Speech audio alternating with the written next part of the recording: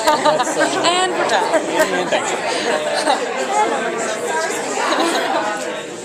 So before coming on the show, were you into any like geeky, nerdy stuff like supernatural things like this? Yeah, I mean, I grew up with just one older brother, and so as a child, I like automatically, wanted to like everything he liked and did like everything he liked. So I, was always a huge Star Wars fan.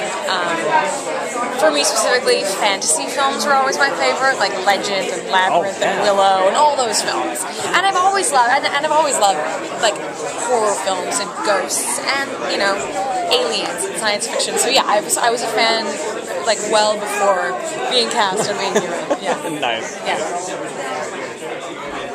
So I mean, on a lot of TV films, like the werewolf always having to die. That's like kind of the theme of the werewolf. So what werewolves? I know, right? So I know. I mean, what is it like to play the kind of werewolf? The kind that survives? Yes. It's fantastic. No, it's funny too. We always joke on the show about everyone's, because lots of people are killed off on the show, but then there's always, you can always possibly come back as a ghost. However, I don't know if you've noticed, if you're a werewolf who dies on the show, that's it for you. It's final. Yeah. So you're right. Everyone, the poor werewolves, they have a hard time. So no, it's fantastic. It's I've spoken about this a lot. Just as a woman, it's very empowering to get to play that kind of character.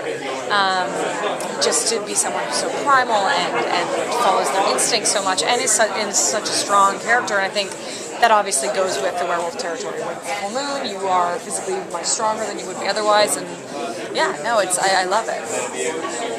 So, as you continue to delve into the character, is there anything you've been surprised to learn about yourself? Outside of the role? Yeah. I mean, I don't know. I guess just getting in touch with that inner strength, if you will.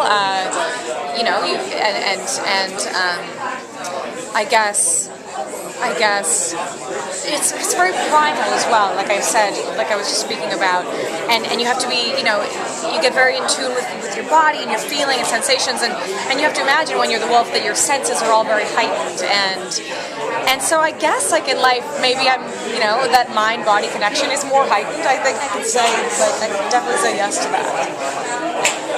Season 3 was pretty amazing. Thanks. So how are you guys gonna top? Oh, I know. Season 3. Good question. Honestly, like I've seen the outlines for the first 4 episodes. So beyond that, I don't know what's going to happen.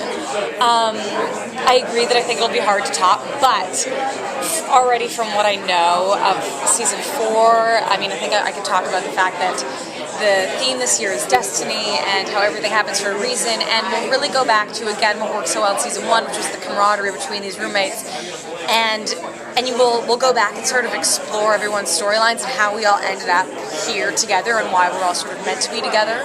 And so I think it's just, exploring the reason the show is so great is because I feel like it's when the main characters are interacting with one another that makes the show so strong, and there's going to be so much of that this season that I just think there's some really special storylines that are going to happen, and there's also some characters that are from our pasts that I can say most likely will be back. Okay, not just Aiden's past. No, from everyone's past.